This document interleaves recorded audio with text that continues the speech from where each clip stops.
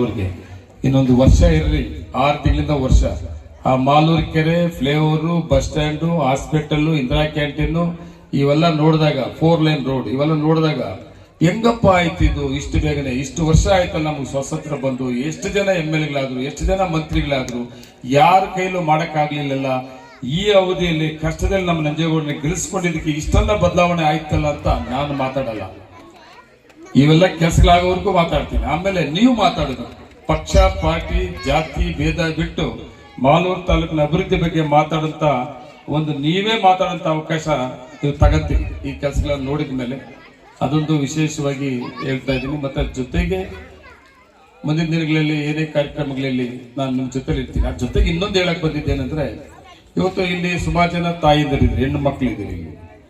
ಇವತ್ತು ನಮ್ಮ ಸರ್ಕಾರ 5 ಗ್ಯಾರಂಟಿಗಳನ್ನ ಕೊಟ್ಟಿದೆ.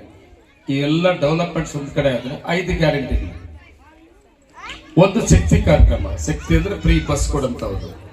ನೀವು ಹೆಣ್ಣು ಮಕ್ಕಳು ಕರ್ನಾಟಕ ರಾಜ್ಯದಲ್ಲಿ ಯಾವ ಮೂಲೆ ಆದ್ರೂ ಹೋಗ್ಬೋದು. ಎಷ್ಟು ಜನ ಹೆಣ್ಣು ಮಕ್ಕಳು ಇದ್ರು ಕೂಡ, ಶ್ರೀಮಂತರ ಹೆಣ್ಣು ಮಕ್ಕಳು, ಬಡವರ ಹೆಣ್ಣು ಮಕ್ಕಳು, ಎಷ್ಟು ಜನ ನಿಮ್ಮ ಮನೆಯಲ್ಲಿ ಇದ್ರು ಕೂಡ ಫ್ರೀ ಬಸ್.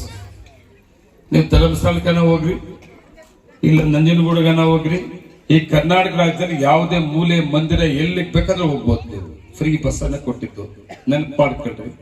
ಅದ್ರ ಜೊತೆಗೆ ಇನ್ನೊಂದು ನಾನು ನೆನಪು ಮಾಡ್ತೀನಿ ನಿಮ್ಗೆ. ಹೋದ ಅವಧಿಯಲ್ಲಿ ಸನ್ಮಾನ್ಯ ಮುಖ್ಯಮಂತ್ರಿ ಸಿದ್ದರಾಮಯ್ಯ ಮುಖ್ಯಮಂತ್ರಿ ಇದ್ದಾಗ ಒಂದು ತೀರ್ಮಾನ ತಗೊಂಡ್ರು.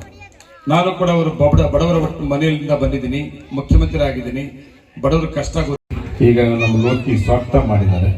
ಅದೇ ರೀತಿ ಪರಮ ಪೂಜ್ಯ ಸ್ವಾಮೀಜಿಗಳು ಕೂಡ ಈ ಕಾರ್ಯಕ್ರಮದಲ್ಲಿ ಭಾಗವಹಿಸಿದ್ದಾರೆ. ಅವರು ಪಾದಗಳ ಹೊಂದಿಸ್ತಾ, ವಿಶೇಷವಾಗಿ ಬೆಳ್ಳಾವಿ ಗ್ರಾಮಕ್ಕೆ ಒಂದು ಇತಿಹಾಸ ಇದೆ.